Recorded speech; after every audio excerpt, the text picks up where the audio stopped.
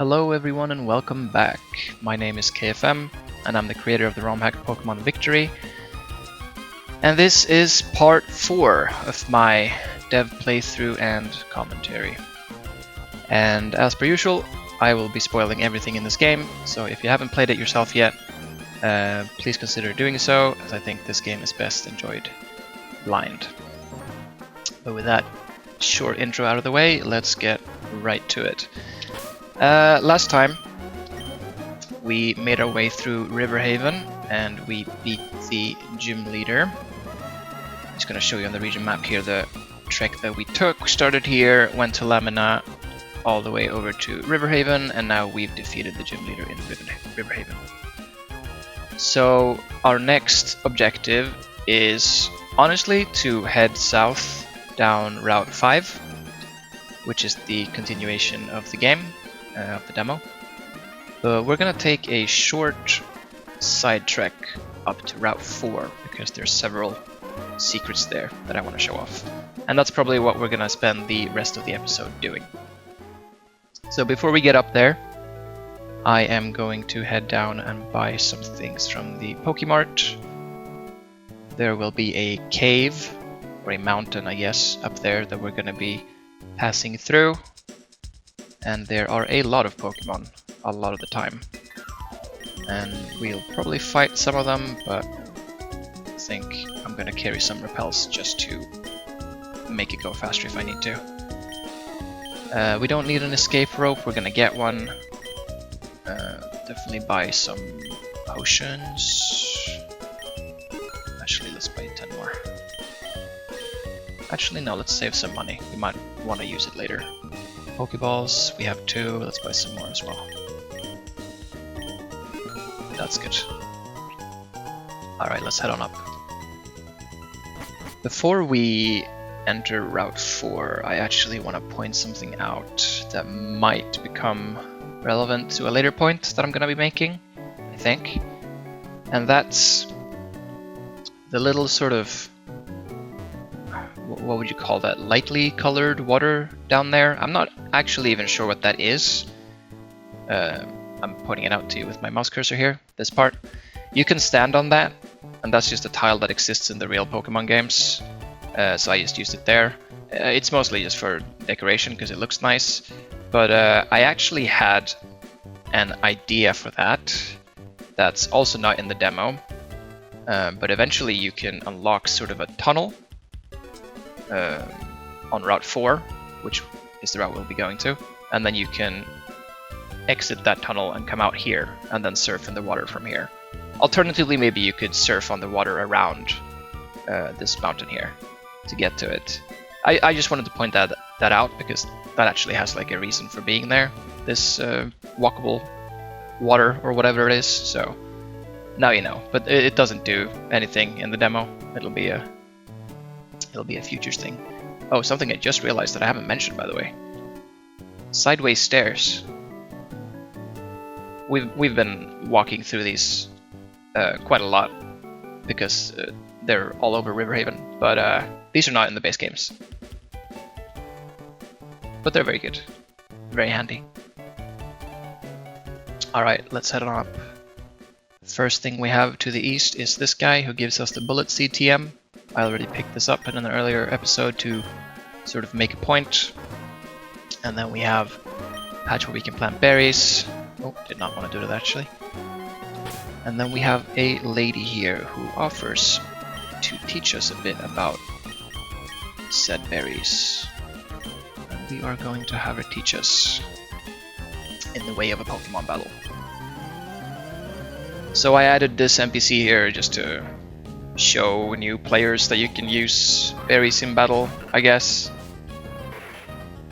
It's nothing super big or important. This was a terrible starting Pokemon, wasn't it? I thought she was gonna use bug types. Completely forgot. Well, she does have bug types, but she also has C-Dot. Let's make that go a bit faster. So every single Pokemon of hers has an Oranberry, I believe. Maybe the last one has a... Oh, Harden, wow. Has a Citrus Berry. Don't quite remember. but you should be using berries. Oh, there we go now. So unless you one-shot these, which is definitely possible if you have a fire type or a flying type, maybe a bug type in this specific case, you'll get to see the berries being used in battle. So it's just nice visual way of telling players that don't know what berries do, what they do.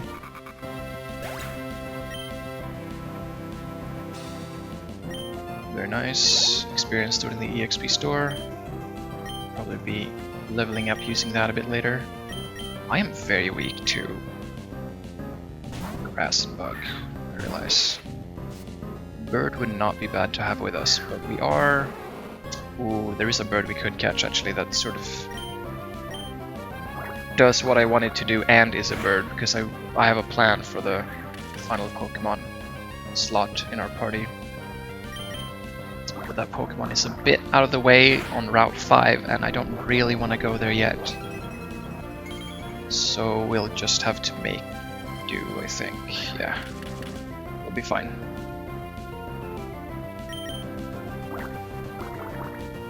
This Pineco, or I should say the AI, really likes to use this Pineco to set up 3 layers of spikes.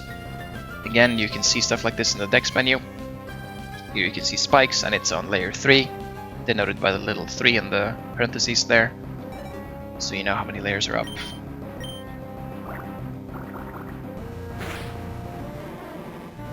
Very nice. Good experience. We are... I see we're under-leveled. We're not particularly high-leveled for being where we are in the game, honestly. Spinarak is a bit of a monster. We are so weak to Spinarak. We'll probably just do Mudkip for as much as we can. Probably let it faint. And then have Oddish finish it off. Poison Sting isn't too strong, that's good. Of course we get poisoned immediately though. But it is a 50% chance I think, so it's a pretty high chance. Okay, it probably one-shots us with Bug Bite. Let's just slap. Nope. Does it not have Bug Bite? I think it doesn't.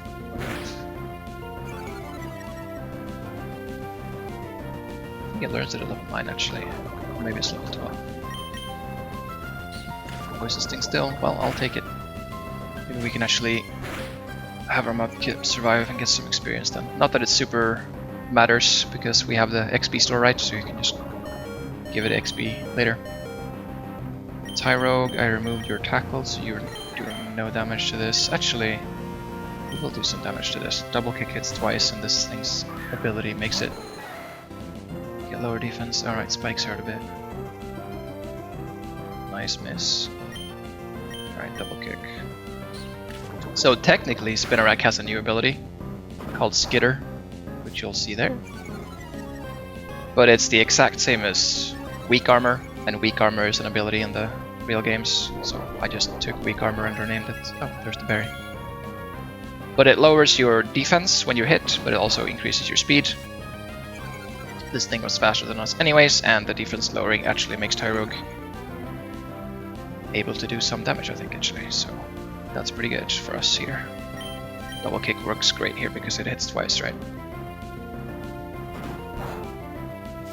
Still doing no damage, but that's because both bug and poison resist fighting, if I'm not completely mistaken. Nice, now we should probably be able to kill it with a feint, which is a priority move.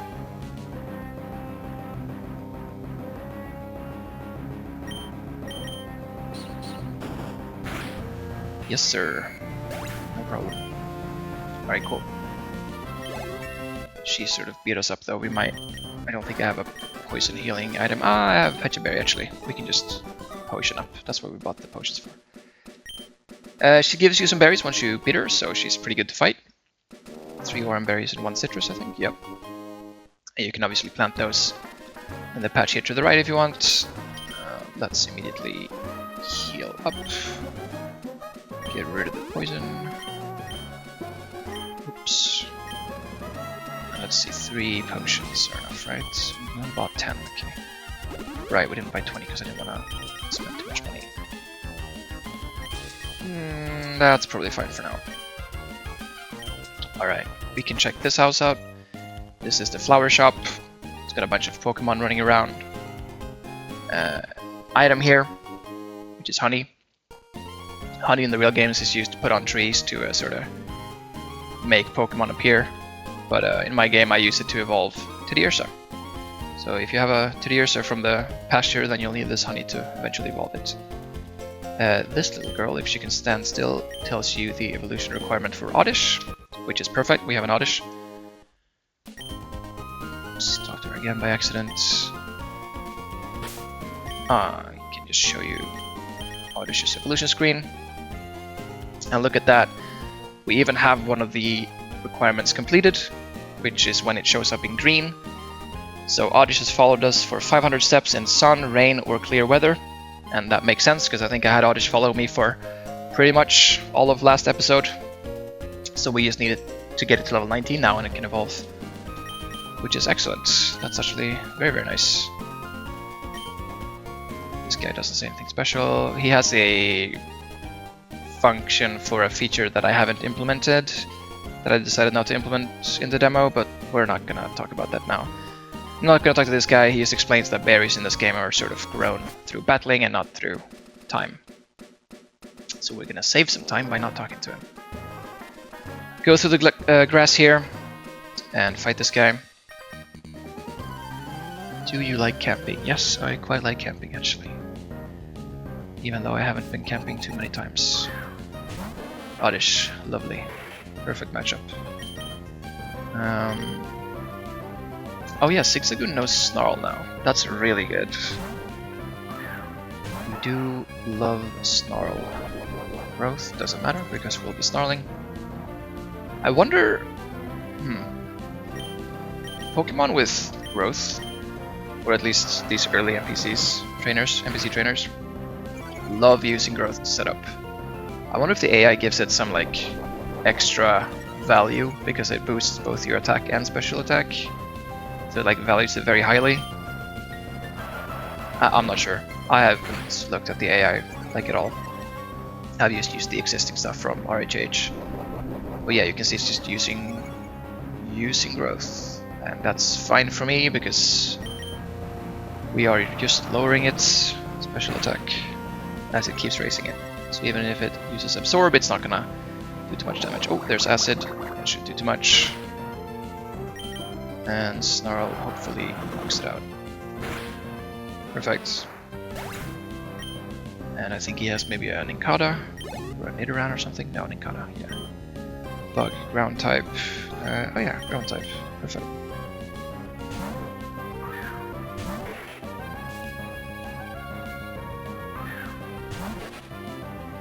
Nincada. Let's use water gun. Whatever. Oh, this thing has bug bite. Bug bite does a lot of damage. That was 12 damage. I wonder if it was a roll and it kills us. If it does, we're gonna have to go back and heal, but we're risking it. And it used scratch for a reason that I don't know. And we lived, so that's great. Nice. 13. I think we learn rock throw at 16. Alright, now we're gonna go on a tangent. There is a tree here. A regular, everyday tree that you usually see block your paths in these games, or they sort of form the barriers of the outside areas, right? Like they circle you in so you can't just walk anywhere. This tree is here for a reason for sure. It is a mechanic that's not in the demo, but it's planned for the future game. It's really fun and interesting, or I think so. But it's a massive spoiler that I'm telling you this. Like this is huge because this is a mechanic that I really want people to figure out, and it's a mechanic that you can do like immediately once you start the game. Like you can start a fresh playthrough. You can walk up to this tree and you can use a thing that I'm not going to tell you what it is to get it to move out of the way, and then you can explore what's beyond here. And then much later in the game, you actually find out how to do it through an NPC. But if you like have the knowledge from beforehand, you can just use it immediately, right? Which I think is super cool. I love design like that. It promotes replayability and you know, talking about your friends or online about the game, spread information. Yeah, I don't exactly know what I have planned on the other side, but I did show you that little water patch in Riverhaven before that you can walk on, and I do think that this path here would probably be connected to that patch of water, and eventually water that you could surf on, right? So I just wanted to point that out, but I'm not gonna go into full detail because it's nothing in the demo, so you can't do anything with that in the demo. But it's deliberate, because you might see that tree and be like, what? That's weird, there's just a tree there. And yeah, it is weird, but it's there for a reason. Let's actually heal up Mudkip and get a move on. Use some potions here. That's not Mudkip, but sure, that works. I'm gonna be safe stating as we go too. We are indeed headed to Mount Lave, because that is the name of the mountain that we are getting to. Oddish.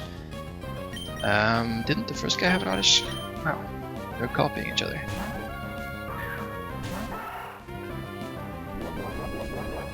Well, there shouldn't be a problem, right? Because they're just gonna use growth. And then acid at the end. I'm gonna be a bit rude and actually speed this up, because I think we all know what's gonna happen here. So I'm gonna just gently tap my speed up button. This is bad, because now I'm gonna be getting used to speed up, or I gotta slow down. Don't wanna overuse it. Very good. I don't wanna overuse it, because I personally think it can be a bit hard to follow if people constantly speed up. But at the same time, I wanna speed this up, because I have a lot to show. And I know that these episodes carry on for a while, and I want to keep it somewhat shorter. I really don't want to pass the 1 hour mark, because I think it's a lot of time. I can talk for an hour, no problem. But I don't know if everybody likes to listen for an hour. Alright, water gun. I'm gonna cheat and save state here in case we get a lot of unlucky misses, and I'm gently gonna speed up just to bring this guy down. I also don't want to cheat, because if I like wipe, which I did in like the second episode, it's kind of fun to like see the difficulty of the game. Not like a more real playthrough. I don't want to cheat all the fights and just beat them through cheating. But that went pretty much as good as it could have, so no problem there. Alright, let's actually start running, keep going. Here is Mount Lave. Big mountain. There is a sneaky Pokeball here that has the evolution item for... I was about to say which Pokemon it is, maybe you can guess from the name of the item, but we'll explore all of those later. If you come here before you defeat the first gym, there is a hiker out here that blocks you. He just says that only people that have beaten the first gym are allowed inside, so you can't come here unless you beat the gym. But we've beaten the gym, so we are absolutely fine. Now we are inside. We are going to not use repels yet. There's nothing to the left. There's an item up there. I think it's like 2 potions, or a super potion, or a repel even. Actually, it's probably a repel. Whooper. We are going to not catch you. I'm gonna defeat you for some experience and gently speed up. Missed. We've used a lot of water guns. Mud slap, lovely. Let's not miss this, shall we? Thank you. Okay. We are just gonna catch Wooper. Yes, we are. I need another water type, because I want water resonance. If you remember the resonance system that I explained in the previous episodes, the gimmick of my game, they activate when you have 3 of a type of a Pokemon. Bite is fine. Let's remove Tackle for Bite. I think Bite is strictly better. Don't think there's a Pokemon in my demo that resists both Bite and Water Gun. Wooper. No name. Okay, let's make sure that all of our Pokemon that have the water type are resonating with water, which they are. Mudkip is water, Lotad is water.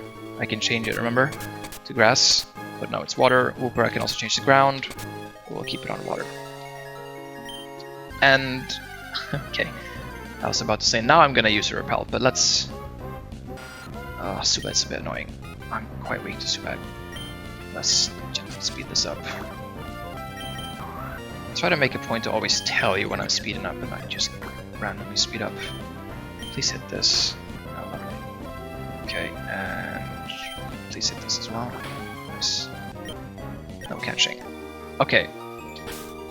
No more speeding up because we're going to be using repels. And I'm also going to be using potion. Lovely. Let's use one more actually. And let's pop a repel.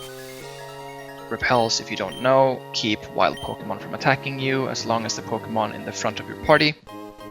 Oh, 2 more. I was right. As long as the Pokemon in the front of your party, which is Mudkip in this case, is higher level than the wild Pokemon. And I believe the highest level Pokemon you can find here is 13. And now that our Mudkip is level 14, we run no risk of running into wild Pokemon. Which buys me a lot of time. So we'll head up here, an evolution item. Rock Smash Rock. You can't break these in the demo. Rock Smash is not in the demo, so that's not a thing. There's nothing behind there. I haven't made anything there. Like there's some, there's an area, a cave entrance. It doesn't lead anywhere. You can't enter it. So even if you somehow cheat and get over there, there's nothing. Little item here. Again, you can't break those rocks over there. If we walk up here, we are going to encounter someone that we've met before. It's Amy. She said before that she was going to explore Mount Lave, and indeed, if you go here and look around, you'll find Amy. She doesn't battle you, so no worries, but she does say that she might have found what she's looking for, and it's upstairs on one of the floors above, but something is blocking it. She also says that it's dark and you might run into very strong Pokemon. She's not lying. Both of those things are true. Actually, everything she said is true. But this is the only way you can go in this cave, on the way forward, so let's go. This is the second floor. It is dark. It is actually a very small landmass. A cross-shaped landmass almost, I think. Oh, by the way, repels ask you if you want to use them again when they wear off. That's also a feature of RHH. It's very good. It's very nice. So you don't have to open your bag every time and reuse them. But this landmass here is very small. There's an item here, which is an evolution item called Teardrop Bulb. I wonder which Pokemon that is for. To the left there's nothing. And up there is a staircase, which is the way forwards. There's nothing beyond this water here since you can't surf, and I haven't made the rest of this map. If you saw an eagle eye view of this map without the darkness, you would just see a small landmass and then a bunch of water. There's nothing in here yet. However, you can fish here. Oh my goodness, I didn't bring in the fishing rod. Okay, well that means I can't show you which Pokemon it is, but I can still tell you. Definitely forgot to do that, which is fine because the fishing rod is on Route 5, so I never went too far into Route 5 and never got it. But you can fish here, you can fish in every body of water, but there is a Pokemon that you can only catch here in the demo. Don't know if it's the only place you'll be able to catch it in the full game, but it's only here in the demo, and that's Chinchou. The little water electric fish. I think it's a fish. It's got like legs, I don't know. I think it's a fish. But yeah, you can only catch that here. It has a really cool ability that has a function that I also wanted to show here, but I'm not gonna run all the way and get a fishing rod. Maybe if I have time at the end of the episode I'll do that. But we're just gonna keep going because we're just getting to the good stuff. This is the third floor of Mount Lave. Same Pokemon up here, by the way. And I just realized I forgot to tell you which Pokemon you can catch. In here you can catch Geodude, Zubat, Poliwag, Wooper, and Chinchou if you fish. I'm pretty sure it's maybe like Remoraid or Goldeen or some other fish if you do fishing. I don't quite remember the fishing encounters. On the route outside that we just passed, Route 4, it's Tailo, Nincada, Oddish, I believe Sentret. But the new encounters are Tailo and Nincada. Those are the new ones. Anyways, Water Stone. This will be more relevant later. We can't use the Water Stone on any of our water Pokemon right now, so I won't talk about it. Yeah, another repel, please. Escape rope. Quick way to get out of here. Since you're quite far into the mountain, I figured you just put an escape rope here if you want to get out immediately. And as we walk up this ladder, staircase, we encounter a Blastoise. Now this Blastoise is not very easy to defeat at this level, but it is possible. Now if you can't defeat it, fine, you know, go back, use your escape rope. If you want to give it a go, do so. The text here sort of warns you that it's very tough, which it is. It's level 60, and you can't catch it. You cannot catch this. I'm not gonna let players catch a level 60 Pokemon this early, even if they're good enough to defeat it, because it would just ruin the balance of the entire game. So you can fight it, but you cannot catch it. But let's give it a go. I am definitely gonna cheat here, because I want to show you the secrets, not my skill at Pokemon. I don't have my debug menus activated, so I can't cheat too much, but we can use save states. So, actually, let me just... I'm gonna jump around a bit, so bear with me. Yeah. So, our strat is to land a poison powder, which hopefully we hit, and once we've landed poison powder, we just live long enough for it to die to poison. We missed, so I'm gonna cheat, like I said, jump back, poison powder again. It's always gonna use mist, because once the AI has picked a move, even if you save state, it's the same move, because it picks before you choose yours. Perfect. It's poisoned. And now we just live for as long as we can. I have a ace up my sleeve to live a bit longer, but let's see how well we do. Save state again. Iron defense. So this Blastoise has 4 moves. It's got Mist and Iron defense, which don't do any damage, and it's got Brine and Ice Punch, which do damage.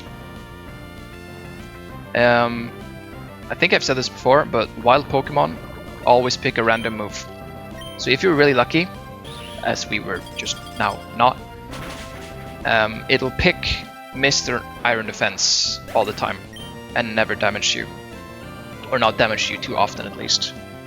You can also use, I think, Poliwag. I think Poliwag has Water Absorb, so you can be immune to Brine, which is very good. Now we go into Tyrogue, and Tyrogue, if you remember, I taught Detect. I think I said at the time that Detect is kind of useless. It's definitely not useless here. Detect protects you against all damage, so if it does decide to hit us, which it did, we are immune to the damage, which is massive. You have a very low chance of Detect working when using it twice in a row, but it worked for us there. Perfect. Use Brine, that's massive. So we are doing really good. Do keep in mind that I am cheating and spamming save states here, which you obviously could do if you play it yourself, but I'd rather you didn't. Let's see if we can dodge this Brine by sacrificing something. Sorry, Lotan.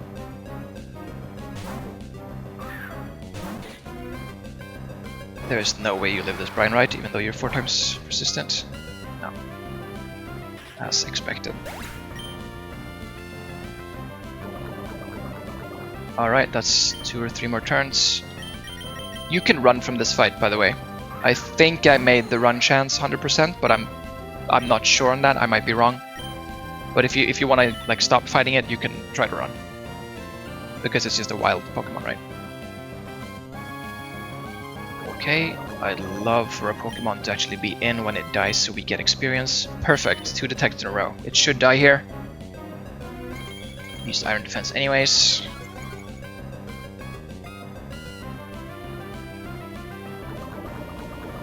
Perfect. That's a lot of experience. So you still get a lot of experience, right? You get all the experience you would get normally from defeating a level 60 fully evolved Pokemon. So this is a huge boost, which sort of fixes the problem I had of not leveling up my Pokemon very well. Mach Punch is amazing. I really like Feint though, but Mach Punch really is better. There's like nothing that uses Protect in this game, in this demo at least. So Mach Punch it shall be. Nice. Nice. Double team. Nope, don't need that. I'm good. Nice. Okay, it was like 4 levels. Great, so Blastoise defeated. Just gonna set my save states here. Some stuff fainted, but it shouldn't be a problem. Let's just carry Tyrogue at the front now. Oh, we can put you all the way in the front actually. Right, so if you defeat the Blastoise, you can keep on going. And as you try to enter this cave, a familiar face shows up.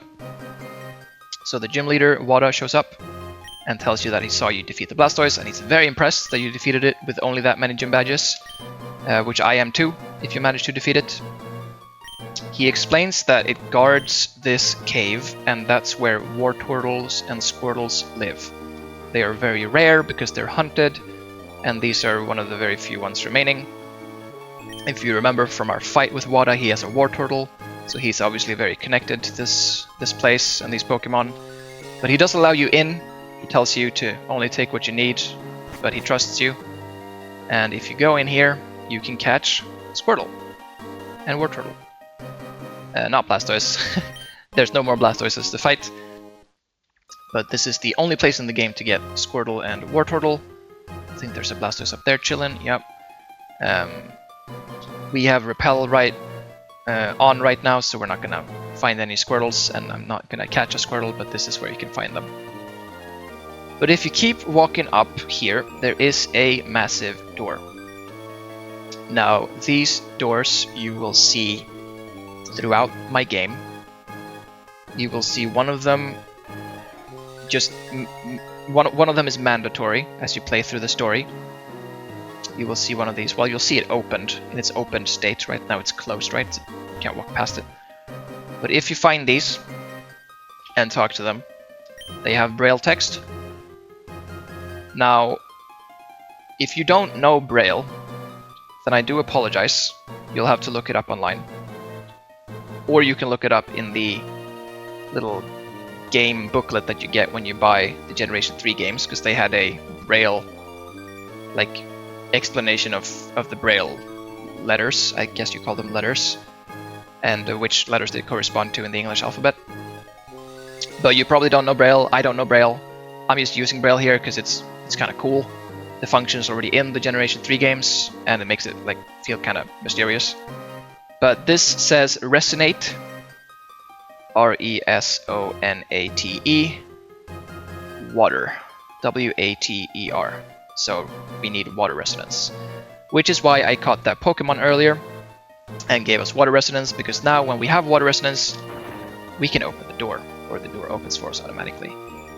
If we leave, I think it stays open, but I think if we... Yes, another repel, thank you for interrupting me. If we enter and quickly leave and then walk away, I think it closes. Oh, that's crazy. Wow, coding. Anyways, I snapped back. Right, so we were able to enter that door because we have Mudkip, water, Lotad, water, Wooper, water, giving us water resonance, and the door is opening. Let's head inside. Inside here is an artifact, I guess you could say. One artifact of 18. There is one of these artifacts for every type in the game, just like there's a resonance for every type in the game. And these are my, I guess you would say, biggest rewards for exploration. So these artifacts will always be hidden behind doors, unless there's some specific scenario where the door is already opened or whatever. And there will always be an artifact inside that you can pick up. And these are your major rewards for exploring. So let's try to pick this up. This one's a bit special because you can't just pick it up immediately, and you'll see why. A large orb pulses slowly on top of the pedestal. You see waves swell and break beneath its surface. Would you like to take it? You can say no. Nothing happens. Or we could try to take it. However, Wada has not quite left us yet, and he walks in on us as we try to pick up the orb. Now, this is where the story sort of kicks in a little bit of intrigue.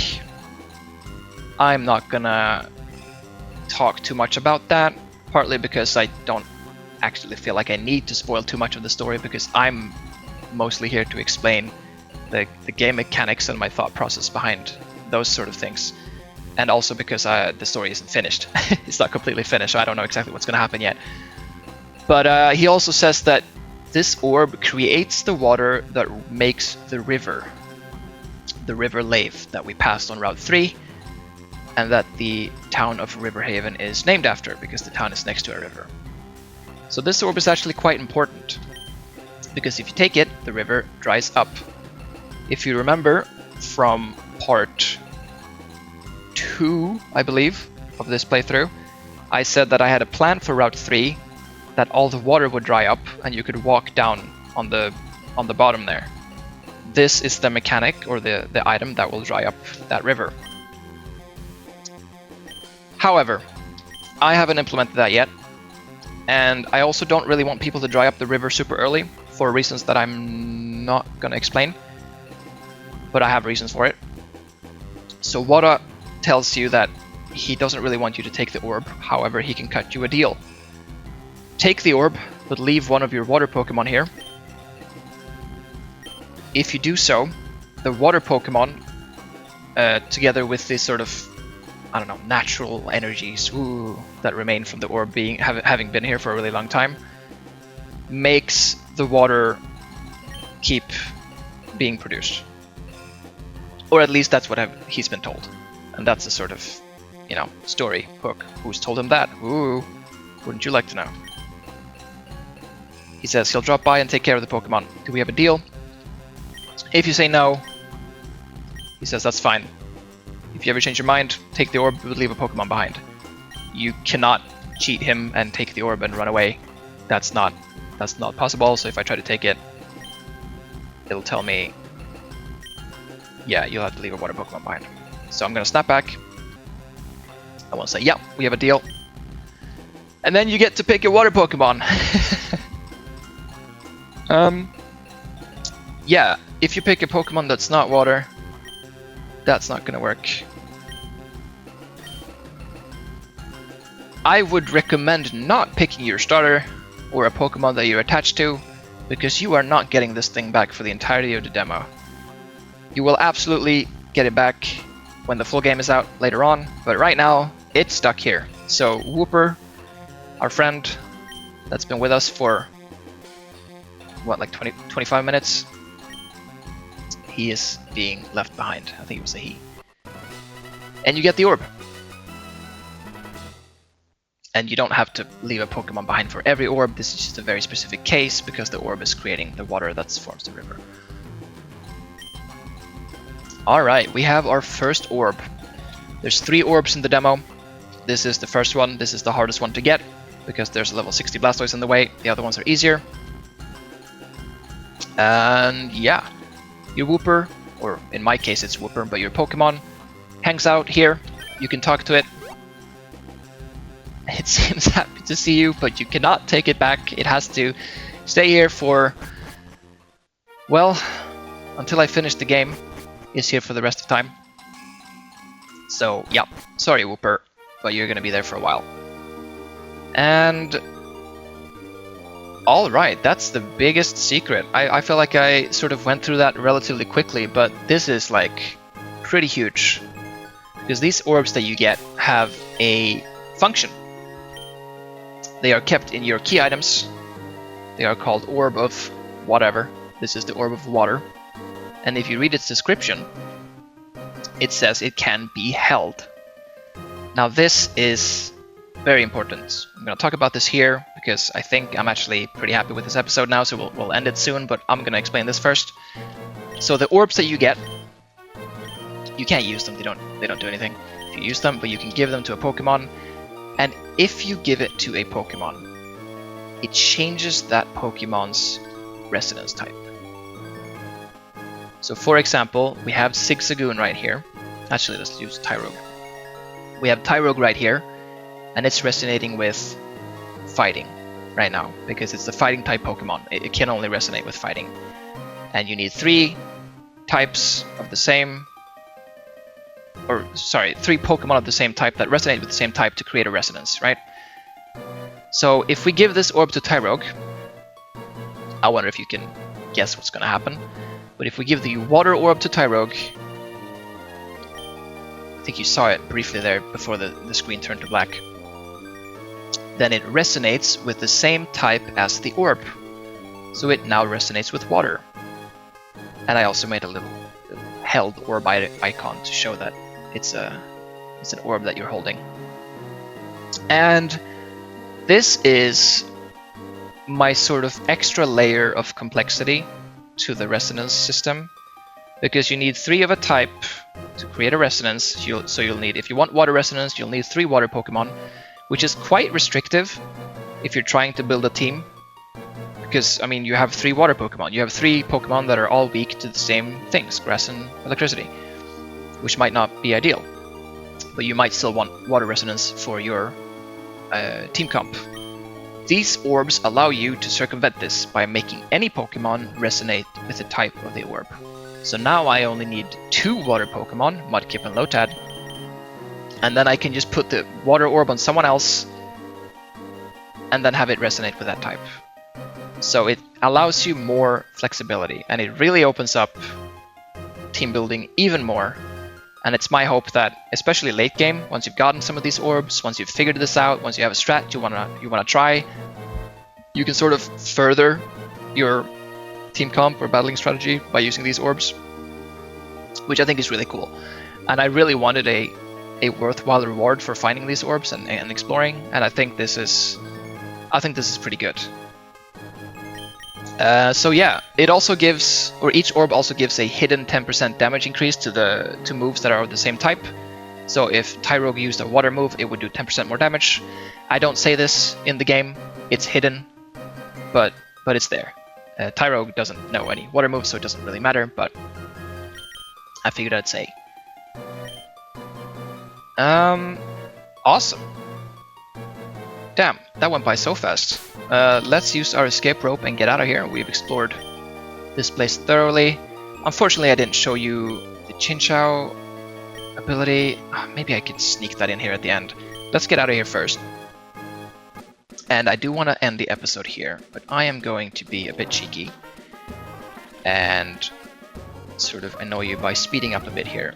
What I'm gonna do before I end the episode, because this is a great place to end, I'm gonna go get the fishing rod,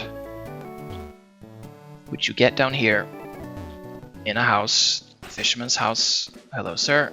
Give me the fishing rod. Thank you, sir. Bye. And we're gonna run back. Bear with me. We're just gonna heal quickly. And up we go. And back we go. And I really want to use Repel now again. Repel. And we're gonna speed through. And I don't remember which shoes did I use, but here we go. Back we go. Up to the floor. See how much faster this would go if I sped up. But I still think there's a lot of value in keeping it real time. Alright, here we are. Here we are with a fishing rod. Awesome, let's try this again quickly. Old rod, register. Fishing is the same as always, although I do actually think maybe I wanna change fishing to be a bit more fun. The fishing minigame is a bit whatever. Right, let's see if we can get a Chinchou.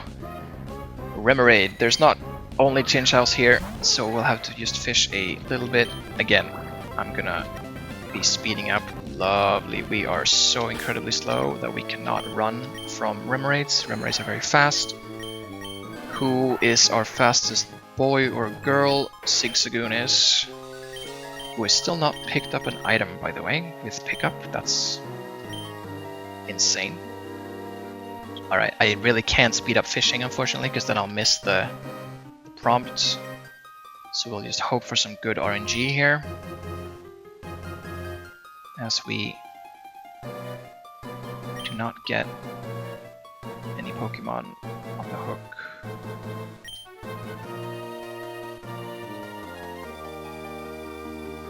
Lovely.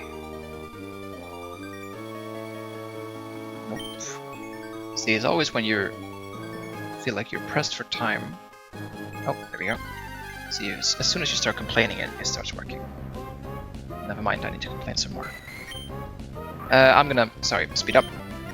get away, lovely. Couldn't get away, lovely. Couldn't get away, lovely. I fainted, and we got away. Awesome. Let's keep going. Running from Pokemon, by the way, is a matter of speed. The speed stat and Remoraid are one of the fastest basic Pokemon in my game. They are so fast. Please be a Chinchou. Nope. Can we just load the save state? Yeah, I don't know why I didn't start doing that to begin with.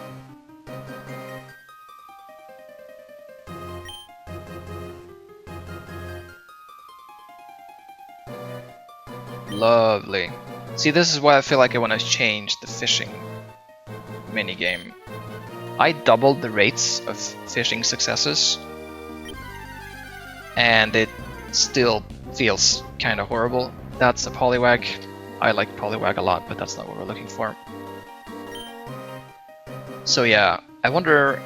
I'm sure I could just remove the fishing game altogether, which wouldn't make it frustrating, but it would be fun to come up with... Perfect! To come up with something new. Chinchou. This is what we wanted. Let's quickly defeat it with some snarls. I don't feel like it needs speed up for this, but... Okay, that did nothing. Yeah, speed up. That's just... Yeah. Oh, see that? It wet us. And now it's using Thundershock, where it used it once there, and it was super effective because we were wet. So it didn't do too much damage because we're lowering its special attack, but... Alright. Excellent. Chinchou. Do I want to catch Chinchou? Absolutely, that's what we're here for.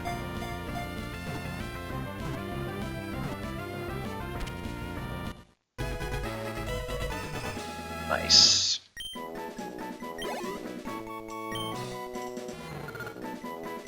Nickname, nope. And we get to keep it. Now I can show you what I actually wanted to show you with Chinchou before we end the episode. Chinchou has an ability called Illuminate, which doesn't do much in the real games. In my game it actually gives you a hidden resistance to Ghost and Dark type moves, but that's not explained in the demo, and it doesn't really come up because there's not a lot of Ghost or Dark type Pokemon or attacks. But it also lights up darkness, and I wonder if you can figure out what that means.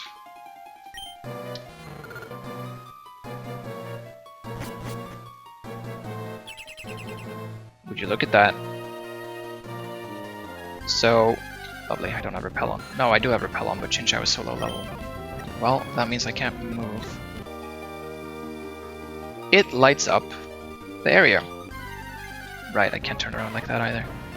So instead of using Flash, you can just have a Pokemon with Illuminate follow you, which is also not explained in the game, unless you sort of count the ability description here as an explanation. It's sort of a clue, but it doesn't really tell you exactly what it does. But yes, it lights up dark areas. There's 2 dark areas in this game. It's this part of this cave and a gym, actually. The 3rd gym, which we'll get to later. And there's 2 Pokemon with Illuminate. There's this little Chinchou, and there's the Mareep that you can get in Riverhaven. But yeah, that's all I wanted to show you. If you remove Chinchou, light goes back down. If you release him, light goes back up. This also works with electric or fire resonance. The resonances actually have this effect as long as you have a following Pokemon out too, which is also not explained in the game, but I thought it was a cool idea to sort of have resonances have effects in the overworld. That's the only effect that's in the game right now, but I'd love to do more in the future, and I have some plans for that. Now let's see if I can jump back. There we go. To when we were outside, to when we didn't have a Chinchou, and we just left. So let's pretend all of that was a fever dream, and yeah, let's end the episode there. I've gone through everything I want to go through. And as always, thank you very much for watching. Next time we'll make our way down through Route 5, the Damp Cave, and we'll get to the Ranger Outposts. And we might even have time to start entering the forest. But that's for next time. So for now, thank you everyone for watching, and I'll see you next time. Bye.